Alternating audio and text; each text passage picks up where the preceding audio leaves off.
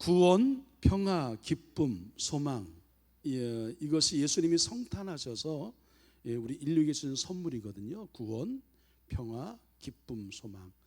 어쩌면 이것은 우리가 살아가는데 꼭 필요한, 우리 국가를 넘어 인류에게 필요한 것이기도 하고 우리 개인적으로도 필요한 것들인 거죠. 이런 인간에게 꼭 필요한 은총을 성탄하신 예수님께서 우리에게 주셨다라고 하는 겁니다. 여러분이 성탄의 은총 축복이 오늘 예배를 드리는 우리 사랑하는 한소의 모든 성도님 가정 위에, 여러분 자녀들 위에, 또 여러분 운영하는 사업장, 또 몸담고 있는 직장 여러분 때문에, 그리고 계획하는 모든 일 가운데에 성탄의 은총이 여러분 가득 넘치시기를 다시 한번 주님의 이름으로 간절히 축복합니다. 네, 오늘은 여러분 설교가 절대 길지 않습니다.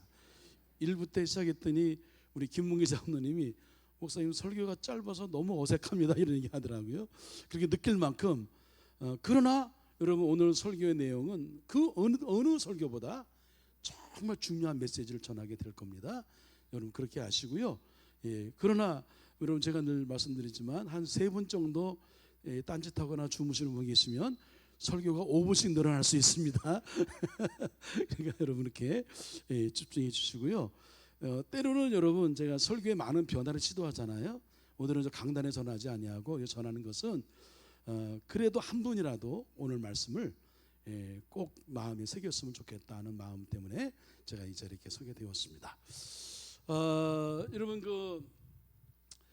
제가 시 한 편을 먼저 소개하고 설교를 이을까 하는데, 일제 강점기에 해방을 염원하는 그런 많은 그 문학가들이 있었습니다. 그래서 제가 설교를 준비하면서 해방을 염원했던 시를 이렇게 이제 찾아보고, 또 그것도 좀 부족해서 챗GPT한테 물었어요. 그랬더니 챗GPT가 쫙, 요즘에 아주 얼마나 똑똑한지 챗GPT가 쫙 알려주는데, 그 중에 우리 성도님들이 공감할 수 있는 일제 강점기의 민족 저항식 가운데 하나 소개하는데, 이게 좋겠다 해서 소개해 드립니다. 조금 여러분 길어도 한번 시 한 편 읽는다, 감상한다는 마음으로 들어보시기 바랍니다. 빼앗긴 들에도 봄은 오는가, 이상화. 여러분 아는 시죠? 지금은 남의 땅 빼앗긴 들에도 봄은 오는가. 나는 온몸에 햇살을 받고 푸른 하늘, 푸른 들이 맞붙은 곳으로 가르마 같은 농길을 따라 꿈속을 가듯 걸어만 간다. 입술을 담은 하늘아들아, 내 맘에는 내 혼자 온 것 같지를 않구나. 내가 끌었느냐, 누가 부르더냐, 답답하라 말을 해다오. 바람은 내게 속삭이며 한 자국도 섰지 마라. 옷자락을 흔들고 종다리는 울타리 넘어 아가씨같이 구름 뒤에서 반갑다 웃네. 고맙게 잘 자란 보리밭아, 간밤 자정이 넘어 내리던 고운 비로 너는 삼단 같은 머리털을 감았구나. 내 머리조차 가뿐하다. 혼자라도 가쁘게나 가자. 마른 눈을 안고 도는 착한 도랑이 젖먹이 달래는 노래를 하고 제 혼자 어깨춤만 추고 가네. 나는 제비야 깝치지 마라. 맨드라미 들막꽃에도 인사를 해야지. 아주까리 기름을 바른 이가 지신 매던 그 들이라도 보고 싶다. 내 손에 호미를 쥐어다오. 살찐 젖가슴과 같은 부드러운 이 흙을 발목이 시도록 밟아도 보고 좋은 땀조차 흘리고 싶다. 강가에 나온 아이와 같이 쌈도 모르고 끝도 없이 닿는데 호나 무엇을 찾느냐, 어디로 가느냐, 우스없다 답을 하려무나. 나는 온몸에 풋내를 띠고 푸른 웃음 푸른 소름이 어우러진 사이로 다리를 절며 하루를 걷는다. 아마도 봄 신령이 집혔나 보다. 그러나 지금은 들을 빼앗겨 봄조차 빼앗기겠네. 여러분 말씀드린 대로 이 시는 일제 강점기에 나라의 독립을 간절히 원했던 민족 저항식 가운데의 하나입니다. 빼앗긴들, 그것은 이제 토지를 수탈당하고 또 이름을 빼앗기고 언어를 빼앗기고 민족의 주권을 빼앗긴 그것을 상징하는 것이고요. 시인이 간절히 원했던 그런 봄은 뭐 잘 아시는 것처럼 자유와 독립과 해방을 의미합니다. 대부분 여기 우리 있는 분들은 일제 강점기를 직접 경험한 분들은 뭐 우리 어르신들을 빼놓고는 드물죠. 근데 우리가 그럼에도 불구하고 역사를 통해서 배웠고 또 우리는 한 민족 같은 피를 나눈 우리 민족이기에 그 역사 이야기가 당연히 남의 일이 아닌 거죠. 그래서 여기에 적혀 있는 시 한 구절 한 구절이 우리의 가슴 안에 와 닿는데, 야, 우리의 선조들이 정말 얼마나 간절히 독립을 원했는지 해방을 원했는지, 그동안에 빼앗긴 것들이 너무나 많았던 거죠. 그러니까 간절히 해방을 원했던 겁니다. 우리는 왜 우리가 민족의 해방 그리고 자유 독립 주권을 회복하는 그날을 꿈꿔왔는지, 이건 뭐 당연히 우리가 몸으로 체득한 경험한 일들이 있기 때문에 뭐 충분히 공감이 되고 이해가 된단 말입니다. 그런데 오늘 설교의 주제는 바로 우리가 대림절을 지키고 성탄절을 준비하고 있는데 정말 우리 안에 이 성탄이 그 옛날 천사들이 예고하고 많은 사람이 첫 번째 성탄절에 기뻐했던 것처럼 우리에게 진정 기쁨이 되는가? 왜 그들이 그토록 기뻐했고 왜 우리들이 그토록 기뻐해야 되는가? 여러분, 이 성탄을 축하하고 기뻐하기 위해서 현대인들은 얼마나 바빠요. 우리 수요성가대 바쁘지 않은 분들이 없습니다. 다 바쁜데 바쁜 시간을 쪼개어서 연습하여 오늘도 찬양을 들었는데 칸타타가 기대가 됩니다. 얼마나 여러분 기대가 되는지요?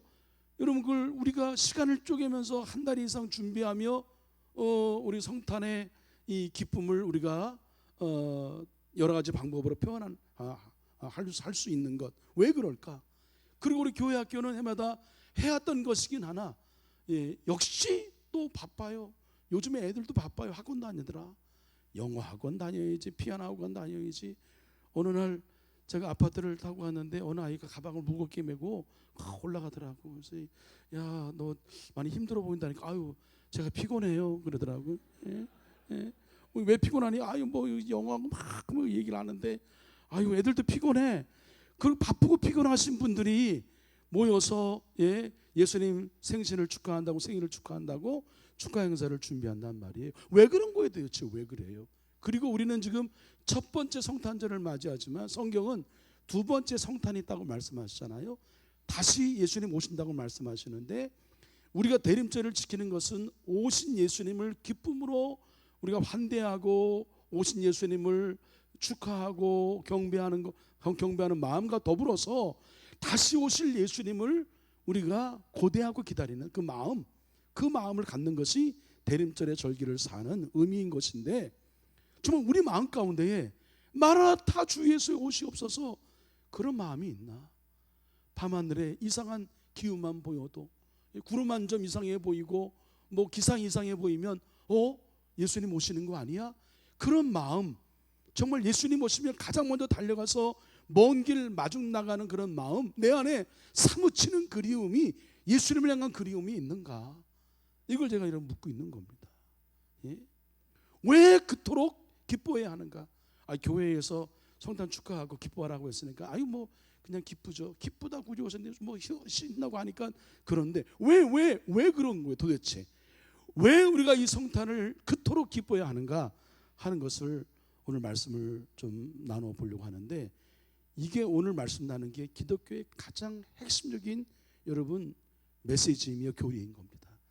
다른 거 다 몰라도 여러분, 다른 거다 봉사가 좀 부족하고, 내가 신앙생활 우리 장로님 기도하신 대로 주일치나 뭐 새벽기도나 그 다음에 수요 예배나 금요 예배는 뭐 다른 교회 예배인 것처럼 느끼며 산다, 다 이런 상관없습니다. 근데 오늘 전하는 메시지는 꼭 가슴에 담아야 된다. 그래서 저희 책임이기도 한데 여러분 아멘할 준비하시기 바랍니다. 천국에 올라가서 다 뵙기를 간절히 소원합니다. 여러분 천국에 올라가서 다 빠짐없이 다 만나기를 간절히 소원합니다. 그 책임이 저에게 있다. 그래서 오늘 시간만 되면 기회가 주어진다고 한다면 가장 중요한 이 구원의 메시지, 이 구원의 메시지가 왜 성탄을 우리가 기다리며 기뻐해야 되는가에 대한 이유가 된단 말이죠. 그래서 이 말씀을 때로 제가 계속 전하면 여러분 좀 집중도가 떨어질 것 같아서 제가 특별한 강사님을 모셨습니다. 이 부분에 대하여 저보다 더 여러분 가슴속에 와닿게 잘 말씀해 주실 이수경 목사님 모시도록 하겠습니다. 여러분 박수로 맞이해 주시기를 바랍니다. 네, 옆에서 가까이 성도님 가까이 가서 합시다. 좋아요. 네. 제가 동화 구연을 할 텐데요. 깜찍한 목소리를 할 테니까 귀를 쫑긋 하시고 들어주시면 좋겠습니다. 자, 여기가 어딘가면요, 하나님께서 창조하신 세상입니다. 하나님께서 세상을 창조하셨어요. 온갖 좋은 것들로 세상을 채워주셨죠. 하늘의 별도 창조해 주시고 하늘의 달도 창조해 주시고 물고기와 온갖 짐승들을 다 창조해 주셨답니다. 그리고 마지막 날 가장 큰 사랑을 담아서 사람을 만들어 주셨어요. 그렇게 그곳에서 사람은 하나님이 만드신 동물들과 가장 행복한 삶을 누리게끔 창조가 되었습니다. 하나님께서 말씀하셨어요. 내가 너희를 너무너무 사랑한다. 이곳에서 영원히 함께 행복하게 살자꾸나. 그런데 도대체 이게 무슨 일이 일어난 걸까요? 영원할 줄 알았던 그 사랑이 조금씩 갈라지기 시작했어요. 왜 이런 일이 일어났냐면요, 세상이 컴컴해졌는데요. 왜 이런 일이 일어났냐면요, 사람들이 자기 멋대로, 자기 뜻대로 행동하기 시작했기 때문이에요. 사람들 마음에 죄가 들어오기 시작했어요. 그런데요, 한 사람도 빠짐없이 모든 사람들의 마음에 죄가 들어왔대요. 죄의 싹은 뭐라고 말씀하셨냐면요, 사망이라고 말씀하셨어요. 사람들의 마음이 죄로 어두컴컴해졌어요. 이제 더 이상 사람들은 하나님과 함께 할 수가 없었대요. 이렇게 어두운 곳에서는 빛이신 하나님께서 계실 수가 없었기 때문이에요. 잘못 넘겼습니다. 하나님은 이 어두운 세상 가운데 죽어가는 사람들이 너무너무 안타까우셨어요. 왜냐하면 사랑을 담아 만드신 자신의 가장 사랑하는 창조물들이었기 때문이에요. 그래서 생각하고 또 생각했어요. 저 죄로 죽어가는, 저 컴컴한 세상에서 헤매다가 죽어가는 저 사람들을 내가 어떻게 하면 살려낼 수 있을까 생각하다가 독생자 예수님을 보내시기로 결정하셨답니다. 자신이 가장 사랑하는 예수님을 이 땅에 보내셔서 인간의 죄를 대신해서 십자가에 달려 죽게 하시기로 결정하신 거예요. 예수님은 하나님의 결정에 따라서 이 땅에 오셨습니다. 그리고 우리가 머리로 지은 죄를 대신해서 가시 면류관을 쓰셨습니다. 그리고 우리가 손과 발로 지은 죄를 대신해서 십자가에 못 박히셨어요. 우리가 마음에 품은 그 죄를 대신해서 창에 찔리셨고요. 붉은 피를 온 세상 가득히 흘려 주셨습니다. 그렇게 모든 죄를 속죄하신 예수님께서 사흘 만에 부활하셨대요. 그래서 무슨 일이 일어났냐면요, 와, 세상이 무슨 색으로 바뀌었어요? 초록색으로 바뀌었대요. 예수님의 희생으로 우리는 이제 하나님께로 갈 수 있게 되었답니다. 십자가를 지나서 하나님의 사랑으로 들어갈 수가 있게 되었대요. 예수를 믿기만 하면, 예수를 입으로 시인만 하면, 그러면 하나님과의 관계가 회복되고 하나님께서 주신 그 복을 다시 누리며 살 수 있다라고 예수님께서 말씀해 주셨습니다. 예수님을 통해서 우리는 어디로 갈 수 있어요? 하나님께서 맨 처음 우리를 창조하셨던 그 행복 가득한 그 세상으로 갈 수가 있게 되었답니다. 감사합니다. 네. 1부 때보다 훨씬 잘한 것 같은데. 네. 예, 아주 깜찍하게 너무 잘해 주셨습니다. 네. 여러분 저 설교 들으시는 거 보니까 봤거든요. 얼마나 집중도가 높은지. 아유 참. 오늘 여러분 본문의 말씀에도 왜 예수님이 성탄의 큰 기쁨에 좋은 소식인지를 예수님의 두 가지 이름을 소개하며 우리가 알려주고 있습니다. 두 가지 이름이 뭘까요? 하나가 예수, 또 하나는 뭐예요? 임마누엘. 예수는 어떤 뜻입니까? 자, 성경 말씀 볼까요? 21절 말씀을 함께 읽습니다. 시작. 아들을 낳으리니 이름을 예수라 하라. 이는 자기 백성을 그들의 죄에서 구원할 자이심이라. 여러분 그 예수라고 하는 그 단어는 헬라어인데 이 예수란 단어의 히브리어적 표현, 히브리어는 여호수아입니다. 그 여호수아 많이 들어봤잖아요. 그 여호수아가 바로 예수의 이름과 같은 뜻을 갖고 있는 거고, 또 다른 히브리어는 예수와 이렇게 표현하는데요. 그 뜻은 여호와가 구원하신다라고 하는 뜻을 갖고 있습니다. 우리 이승훈 목사님 통해서 왜 예수님이 이 땅에 오셨는지, 그리고 예수님이 이 땅에 오신 사건이 우리에게 엄청난 사건이며 가장 큰 기쁨의 좋은 소식인지를 우리는 깨닫게 되었단 말이에요. 그래서 구원을 얻었어요. 근데 우리 성경이 말하는 구원은 단순히 가난으로부터 벗어난 경제적인 구원이 아니에요. 그리고 억압으로부터 우리가 자유와 독립을 쟁취하는 정치적 구원도 아닙니다. 사회적인 불평등, 그걸 해소하기 위한 사회적 구원도 아니라 성경이 말하는 구원은 죄로부터의 구원이에요. 다 같이 아멘. 그래서 예수님이 십자가의 죽으심으로 우리가 살게 된 겁니다. 이것이 구원이고, 이 사명을 감당하기 위하여 예수님이 이 땅에 인간의 몸을 입고 내려오신 성육신 사건이 바로 성탄절인 거죠. 그래서 우리가 기뻐하는 겁니다. 여러분 로이 레슨이라고 하는 사람이 있는데 이분이 인간에게 가장 필요한 것이라고 하는 글을 썼어요. 뭐 누가 했는지는 기록하지 못해도 내용은 좀 기억했으면 좋겠습니다. 한번 들어보실까요?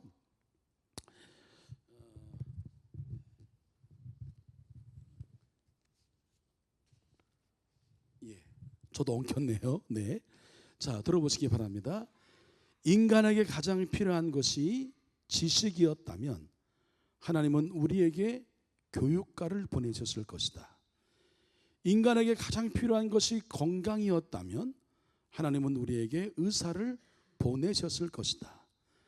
인간에게 가장 필요한 것이 돈이었다면 하나님은 우리에게 사업가를 보내셨을 것이다. 인간에게 가장 필요한 것이 즐거움이었다면 하나님은 우리에게 연예인을 보내셨을 것이다. 그러나 인간에게 가장 필요한 것은 죄사함이었다. 우리 다 같이 그다음 읽습니다. 시작.